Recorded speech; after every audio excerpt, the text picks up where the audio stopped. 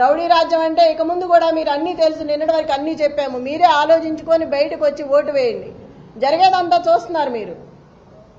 అందరికీ మళ్ళా ఒకసారి చెప్తున్నాను, 6 గంటల వరకు 4 గంటలు సమయం ఉంది. అందరూ బయటకు వచ్చి ఓటు హక్కు వినియోగించుకోండి. దయచేసి కేసీఆర్ గారిని గెలిపించుకోండి. నాకు ఇట్లా చూస్తుంటే ప్రతి ఒక్కళ్ళు చెప్తున్నారు, ఇప్పుడు వెళ్తే గోపన్న ఉంటే ఇట్లా జరిగేదే కాదు, గోపన్న లేడు కాబట్టి ఎంత హింసిస్తున్నారు మమ్మల్ని. నిజమే, నేను కూడా ఇవాళే ఫస్ట్ టైం గట్టిగా మాట్లాడుతున్నాను. ఎందుకంటే నాకు ఆవేశం వస్తుంది, ఎంత రౌడీయిజం చేస్తారా అని. ఒక మహిళగా కూడా నేను తట్టుకోలేకపోతున్నాను. తోటి మహిళలను కూడా ఇబ్బంది పెడుతున్నారు వస్తా అంటే. ఓటు వేయకపోతే రేపు మీ సంగతి ఉంటుంది. నన్ను బెదిరించాడా? ఆ నల్లగా ఉన్నాడు, ఏం పేరు, నవీన్ యాదవ్ మనిషి, ఆ 150 మందిలో ఉన్నాడు. రేపు చెప్తాను ఈ సంగతి అంటున్నాడు. నన్నే బెదిరిస్తున్నాడు, రేపు చూస్తాను ఈ సంగతి ఏందో అని. ఇంత అరాచకమా?